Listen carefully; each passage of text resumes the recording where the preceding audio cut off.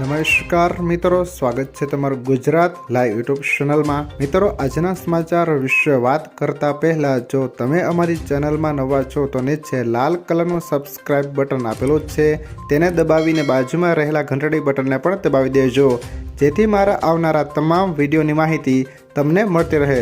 રામ મંદિર ભાજપને ફાયદો ન કરાવી શક્યું, લોકસભા ચૂંટણીમાં એનડીએની જીત થઈ છે।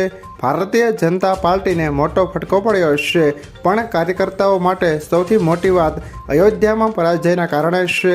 એવામાં ભાજપ અયોધ્યા બેઠક જ નહીં, તેની આસપાસની 100 કિમી સુધીની લોકસભા બેઠકમાં પણ સફળ રહી શક્યું નથી। ફૈઝાબાદ, બારાબંકી, આંબેડકરનગર, સુલતાનપુર, અમેઠી, જૌનપુર અને બસ્તી બેઠક ભાજપે ગુમાવી છે। ત્યારબાદના મહત્વના સમાચાર વિશે વાત કરીએ તો અગ્નિકાંડ મામલે જિગ્નેશ મેવાણી ઉપવાસ કરે છે। કોંગ્રેસ નેતા અને ધારાસભ્ય જિગ્નેશ મેવાણીએ રાજકોટ મામલે ઉપવાસ કરવાની જાહેરાત કરી છે।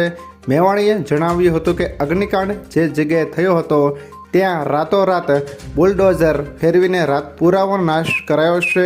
આ ઉપરાંત જિગ્નેશ મેવાણીએ ભાજપ પર આકરા પ્રહારો કરીને બનાસકાંઠા બેઠક પર જીત મેળવનાર ગેનીબેન ઠાકોરને અભિનંદન પાઠવી તેમને રોક સ્ટાર ગણાવ્યા હતા।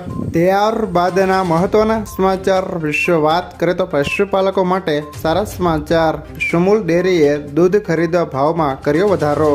ગાયના દૂધમાં કિલો ફેટે ₹15 તો ભેંસના દૂધમાં કિલો ફેટે ₹20નો વધારો કર્યો છે। ફેટના ભાવ વધતા પશુપાલકોને ભેંસના દૂધના કિલો ફેટે ભાવ ₹830ની જગ્યાએ હવે ₹850 મળે છે।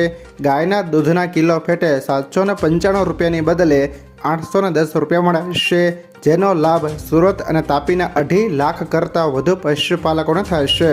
ત્યારબાદના મહત્વના સમાચાર વિશે વાત કરીએ તો ગુજરાતમાં ભારે વરસાદની આગાહી। આગામી 7 દિવસ વરસાદની આગાહી કરાઈ છે, જેમાં 9 થી 11 જૂન સુધી સમગ્ર ગુજરાતમાં વરસાદ રહેશે, જેમાં વલસાડ, નવસારી, ડાંગ, દમણમાં વરસાદની આગાહી છે।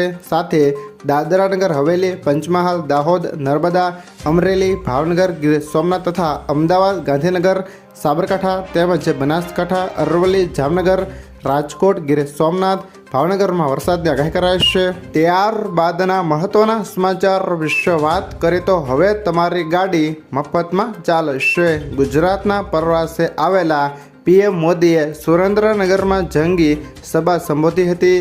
આ સભામાં તેમણે ફ્રી 300 યુનિટ વીજળી અને સોલાર વીજળી વિશે સમજાવતા લોકોને કહ્યું કે પછીનો મેં પ્લાન તૈયાર રાખ્યો છે, તમે તમારા વાહન ફ્રીમાં ચલાવી શકશો, તમારે પેટ્રોલ કે ડીઝલનો ખર્ચો નહીં થાય, તમારું બિલ 0 આવશે। આવનારા સમયમાં પીએમ ઇલેક્ટ્રોનિક વાહનોને લઈને સૂર્ય ઉર્જા ભરપૂર ઉપયોગ કરવાની યોજના ઘડી રહ્યા છે।